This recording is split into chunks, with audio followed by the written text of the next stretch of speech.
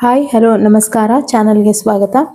ಲಲಿತ ಸಹಸ್ರನಾಮದ 81ನೇ ಸ್ತೋತ್ರಮಾಲಾ ಮಂತ್ರ, ಇದರ ಬಗ್ಗೆ ಇವತ್ತು ಏನೇನಿದೆ ಅಂತ ನೋಡೋಣ. ಇದು ಒಬ್ರು ರಿಕ್ವೆಸ್ಟ್ ಮಾಡಿದ್ರು ಕಮೆಂಟ್ ಬಾಕ್ಸ್ ಅಲ್ಲಿ, ಅದಕ್ಕೋಸ್ಕರ ಈ ವಿಡಿಯೋ. ಓಂ ಗಂ ಗಣಪತಯೇ ನಮಃ. ಓಂ ಶ್ರೀ ಗುರುಭ್ಯೋ ನಮಃ. ಓಂ ಶ್ರೀ ಮಾತ್ರೇ ನಮಃ. ಲಲಿತ ಸಹಸ್ರನಾಮದ ಪ್ರತಿಯೊಂದು ಶಬ್ದ, ಪ್ರತಿಯೊಂದು ನಾಮ ಮಂತ್ರ ಅಂತ ಹೇಳಿದ್ದೆ ಹಿಂದಿನ ವಿಡಿಯೋಗಳಲ್ಲಿ. ಹಾಗೆ ಒಂದೊಂದು ಸ್ತೋತ್ರಮಾಲಾ ಮಂತ್ರಕ್ಕೆ ಅತಿ ರಹಸ್ಯವಾದ ಗೂಢ ಅರ್ಥಗಳು ಇದೆ. ಇವತ್ತಿನ ವಿಡಿಯೋದಲ್ಲಿ 81ನೇ ಶ್ಲೋಕ. ಪರ ಪ್ರತ್ಯಕ್ ಚಿತೀರೂಪ ಪಶ್ಯಂತಿ ಪರದೇವತಾ ಮಧ್ಯಮ ವೈಖರಿ ರೂಪ ಭಕ್ತಮಾನಸ ಹಂಸಿಕಾ. ಈ ಸ್ತೋತ್ರಮಾಲಾ ಮಂತ್ರದ ಅರ್ಥ, ಭಾವಾರ್ಥ, ಗೂಢಾರ್ಥ ಎಲ್ಲ ಏನೇನಿದೆ ಅಂತ ನೋಡೋಣ. ವಿಡಿಯೋ ಕೊನೆ ತನಕ ನೋಡಿ. ಈ ಒಂದು ಸ್ತೋತ್ರಮಾಲಾ ಮಂತ್ರದಲ್ಲಿ ಕುಂಡಲಿನಿ ಯೋಗ, ಮಂತ್ರಶಾಸ್ತ್ರ, ಉಸಿರಿನ ರಹಸ್ಯ ಮತ್ತು ಆತ್ಮಜ್ಞಾನ ಎಲ್ಲವೂ ಅಡಗಿದೆ. ಈ ಸ್ತೋತ್ರದ ನಿಜವಾದ ಅರ್ಥ ತಿಳಿದರೆ ನಾವು ಮಾತನಾಡುವ ಪ್ರತಿಯೊಂದು ಮಾತಿನ ಹಿಂದೆ ದೇವಿಯ ಶಕ್ತಿ ಇದೆ ಅನ್ನೋದು ಗೊತ್ತಾಗುತ್ತೆ. ಈ ಶ್ಲೋಕದಲ್ಲಿ ಅಡಗಿರುವ ತತ್ವಗಳು, ಮಾತಿನ 4 ಹಂತಗಳು, ಮಂತ್ರಶಾಸ್ತ್ರದ ರಹಸ್ಯ, ಕುಂಡಲಿನಿ ಯೋಗದ ಸಂಬಂಧ, ಹಂಸ ಮಂತ್ರದ ಅರ್ಥ, ಭಕ್ತ ಮಾನಸ ಹಂಸಿಕಾ ಎಂಬ ಪದದ ಗೂಢಾರ್ಥ. ಈ ಸ್ತೋತ್ರದ ಸರಳ ಅರ್ಥ ದೇವಿಯನ್ನ 4 ರೂಪಗಳಲ್ಲಿ ವಿವರಿಸಲಾಗಿದೆ. ಪರ, ಪಶ್ಯಂತಿ, ಮಧ್ಯಮ, ವೈಖರಿ. ಪರ ಅಂದ್ರೆ ಪರಮ ಚೈತನ್ಯ, ಪ್ರತ್ಯಕ್ ಚಿತೀರೂಪ ಒಳಗಿನ ಚೈತನ್ಯ ರೂಪದಲ್ಲಿ ಇರುವವಳು. ಪಶ್ಯಂತಿ ಸೂಕ್ಷ್ಮವಾದ ಧ್ವನಿಯ ಸ್ಥಿತಿ, ಪರದೇವತಾ ಪರಮ ದೇವಿ. ಮಧ್ಯಮ ಮಧ್ಯದ ಧ್ವನಿಯ ಸ್ಥಿತಿ. ವೈಖರಿ ರೂಪ ಹೊರಗೆ ಮಾತಿನ ರೂಪದಲ್ಲಿ ವ್ಯಕ್ತವಾಗುವ ಧ್ವನಿ. ಭಕ್ತ ಮಾನಸ ಹಂಸಿಕ ಭಕ್ತರ ಮನಸ್ಸೆಂಬ ಸರೋವರದಲ್ಲಿ ಹಂಸದಂತೆ ವಾಸಿಸುವವಳು ಎಂಬ ಅರ್ಥ. ಈ ಸ್ತೋತ್ರದಲ್ಲಿ ಅಡಗಿರುವ ದೊಡ್ಡ ತತ್ವ ಏನು ಅಂತ ನೋಡಿದ್ರೆ, ಮಾತು, ಸ್ಪೀಚ್ ಅನ್ನೋದು ಇದೆಯಲ್ಲ, ದೇವಿಯಿಂದಲೇ ಬರುವಂಥದ್ದು. ಭಾರತೀಯ ದರ್ಶನದಲ್ಲಿ ಮಾತಿಗೆ 4 ಹಂತಗಳಿವೆ. ಪರ ಮೂಲ ಶಕ್ತಿ, ಅತ್ಯಂತ ಸೂಕ್ಷ್ಮ. ಪಶ್ಯಂತಿ ಆಲೋಚನೆಯ ರೂಪ. ಮಧ್ಯಮ ಮನಸ್ಸಿನ ಒಳಗಿನ ಮಾತು. ವೈಖರಿ ನಾವು ಮಾತನಾಡುವ ಧ್ವನಿ, ಅಂದ್ರೆ ನಾವು ಮಾತನಾಡುವ ಪ್ರತಿಯೊಂದು ಮಾತು, ಧ್ವನಿ, ಅದರ ಮೂಲ ದೇವಿಯ ಶಕ್ತಿಯೇ ಆಗಿದೆ. ಅದಕ್ಕೆ ಹೇಳೋದು, ಮಾತನಾಡುವಾಗ ಯೋಚನೆ ಮಾಡಿ ಒಳ್ಳೊಳ್ಳೆ ಮಾತಾಡಬೇಕು ಅನ್ನೋದು.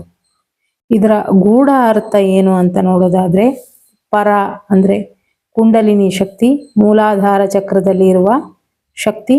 ಪಶ್ಯಂತಿ ಕುಂಡಲಿನಿ ಶಕ್ತಿ ಮೇಲೆ ಏರಿದಾಗ ನಾಭಿ ಪ್ರದೇಶದಲ್ಲಿ ಅನುಭವಕ್ಕೆ ಬರುವ ಸೂಕ್ಷ್ಮನಾದ. ಮಧ್ಯಮ ಅಂದ್ರೆ ಹೃದಯ ಅಥವಾ ಕಂಠ ಭಾಗದಲ್ಲಿ ಮನಸ್ಸಿನೊಳಗಿನ ಮಂತ್ರಧ್ವನಿ. ವೈಖರಿ ಅಂದ್ರೆ ಬಾಯಿಯಿಂದ ಹೊರಬರುವ ಮಂತ್ರ ಅಥವಾ ಮಾತು. ಅಂದ್ರೆ ಎಲ್ಲಾ ಮಂತ್ರಗಳ ಮೂಲ ಆ ತಾಯಿ ಲಲಿತಾಂಬಿಕೆ. ಪರ ಅನ್ನೋದು ಅತ್ಯಂತ ಸೂಕ್ಷ್ಮ. ಇಲ್ಲಿ ಮಾತು ಇನ್ನೂ ಹುಟ್ಟಿಲ್ಲ, ಅದು ಕೇವಲ ಶಕ್ತಿ ರೂಪದಲ್ಲಿ ಇದೆ. ಪಶ್ಯಂತಿ ಇಲ್ಲಿ ಮಾತು ಆಲೋಚನೆ ರೂಪದಲ್ಲಿ ಹುಟ್ಟುವುದು, ಇನ್ನು ಧ್ವನಿಯ ರೂಪಕ್ಕೆ ಬದಲಾಗಿಲ್ಲ. ಮಧ್ಯಮ ಇದು ಮನಸ್ಸಿನ ಒಳಗಿನ ಮಾತು, ನಾವು ಒಳಗೆ ಮಾತನಾಡುವ ಮಾತು. ವೈಖರಿ ಇದು ಹೊರಗೆ ಬರುವ ಧ್ವನಿ, ನಾವು ಕೇಳುವ ಮಾತು. ಅಂದ್ರೆ ಸಂಪೂರ್ಣ ಜಗತ್ತೇ ದೇವಿಯ ಶಬ್ದ ರೂಪ. ಹಾಗೆಯೇ ಪರ ಮೂಲಾಧಾರ, ಪಶ್ಯಂತಿ ನಾಭಿ ಪ್ರದೇಶ, ಮಧ್ಯಮ ಹೃದಯ ಭಾಗ, ವೈಖರಿ ಕಂಠ. ಕುಂಡಲಿನಿ ಶಕ್ತಿ ಮೇಲಕ್ಕೆ ಏರಿದಂತೆ ಮಾತು ಶುದ್ಧವಾಗುತ್ತೆ. ಪ್ರತ್ಯಕ್ ಈ ಪದ ಬಹಳ ಗಂಭೀರ. ಪ್ರತ್ಯಕ್ ಅಂದ್ರೆ ಒಳಗೆ, ಚಿತ್ ಅಂದ್ರೆ ಚೈತನ್ಯ ಮನಸ್ಸು. ಅಂದ್ರೆ ಲಲಿತಾಂಬಿಕೆ ದೇವಿ ಹೊರಗೆ ಮಾತ್ರ ಅಲ್ಲ, ಅವಳು ನಮ್ಮೊಳಗಿನ ಸಾಕ್ಷಿ ಚೈತನ್ಯ ರೂಪಿ. ಭಕ್ತ ಮಾನಸ ಹಂಸಿಕಾ ಈ ಪದದಲ್ಲಿ ಬರುವ ಯೋಗ ರಹಸ್ಯ ಏನು ಅಂದ್ರೆ, ಹಂಸ ಯೋಗದಲ್ಲಿ ಉಸಿರಿನಲ್ಲೇ ನಡೆಯುವ ಮಂತ್ರ. ಉಸಿರು ಒಳಗೆ ತೆಗೆದುಕೊಳ್ಳುವಾಗ ಸೋ, ಉಸಿರು ಹೊರಗೆ ಬಿಡುವಾಗ ಹಂ, ಇದು ಒಟ್ಟಿಗೆ ಸೋಹಂ, ನಾನು ಆ ದೇವಿ ಚೈತನ್ಯ ಶಕ್ತಿಯೇ ಆಗಿದ್ದೇನೆ ಎಂಬುದು. ಇನ್ನೂ ಒಂದು ವಿಚಾರ, ಹಂಸಕ್ಕೆ ಇನ್ನೊಂದು ವಿಶೇಷ ಗುಣ ಇದೆಯಂತೆ. ಅದು ಹಾಲು ಮತ್ತು ನೀರನ್ನ ಬೇರ್ಪಡಿಸುತ್ತಂತೆ ಅಂತ ಹೇಳ್ತಾರೆ.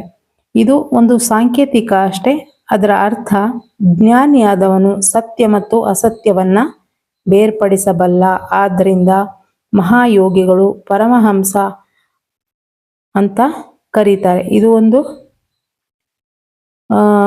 ಜ್ಞಾನದ ವಿಚಾರದಲ್ಲಿ ಬಂದಾಗ ಇದು ಒಂದು ಪದವಿ ಅಂತ ಹೇಳ್ಬೋದು. ಭಕ್ತರ ಮನಸ್ಸಿನ ಸರೋವರದಲ್ಲಿ ಹಂಸದಂತೆ ವಾಸಿಸುವ ದೇವಿ.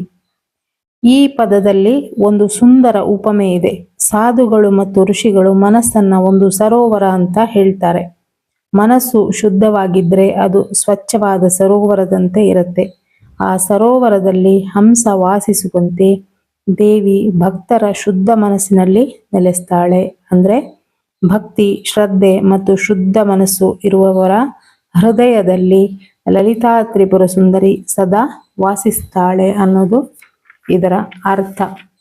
ಮಂತ್ರ ಜಪದಲ್ಲೂ ಈ ಶಬ್ದಗಳನ್ನ ಕೇಳಿರಬಹುದು ನೀವು. ವೈಖರಿ ಜಪ, ಮಧ್ಯಮ ಜಪ, ಪಶ್ಯಂತಿ ಜಪ, ಪರಾಜಪ.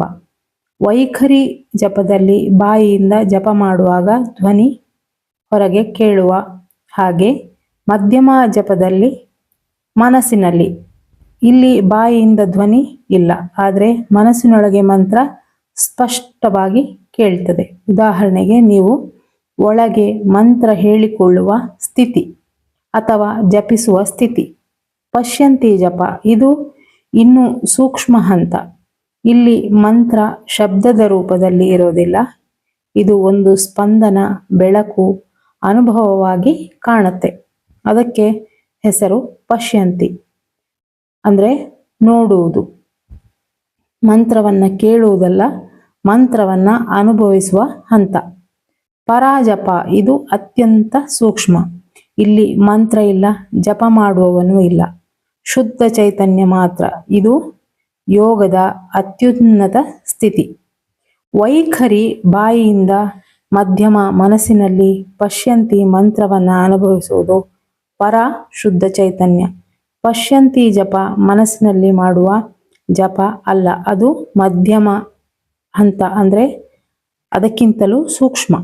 ಇದರ ಅತ್ಯಂತ ಗಹನವಾದ ಅರ್ಥ ಮತ್ತು ತತ್ವ, ಆ ತಾಯಿ ಲಲಿತಾಂಬಿಕೆ ನಮ್ಮ ಮಾತಿನಲ್ಲಿ, ನಮ್ಮ ಆಲೋಚನೆಯಲ್ಲಿ, ನಮ್ಮ ಉಸಿರಿನಲ್ಲಿ, ನಮ್ಮ ಚೈತನ್ಯದಲ್ಲಿ ನೆಲೆಸಿದ್ದಾಳೆ. ಆದ ಕಾರಣ ಜ್ಞಾನಿಗಳು, ಋಷಿಗಳು ಹೇಳುವ ಮಾತು ದೇಹವೇ ದೇವಾಲಯ ಅನ್ನೋ ಮಾತು. ದೇಹೋ ದೇವಾಲಯ ಪ್ರೋಕ್ತ ಜೀವೋ ದೇವ ಸನಾತನಃ ತ್ಯಜೇದ್ ಅಜ್ಞಾನ ನಿರ್ಮಾಲ್ಯಂ ಸೋಹಂ ಭಾವೇನ ಪೂಜೆಯೇತ್. ಈ ದೇಹವೇ ಒಂದು ದೇವಾಲಯ ಅಂತ ಹೇಳ್ತಾರೆ. ಇದರಲ್ಲಿ ಈ ದೇಹದ ಒಳಗೆ ಇರುವ ಆತ್ಮ, ಜೀವಾತ್ಮನೇ ಶಾಶ್ವತ ದೇವರು.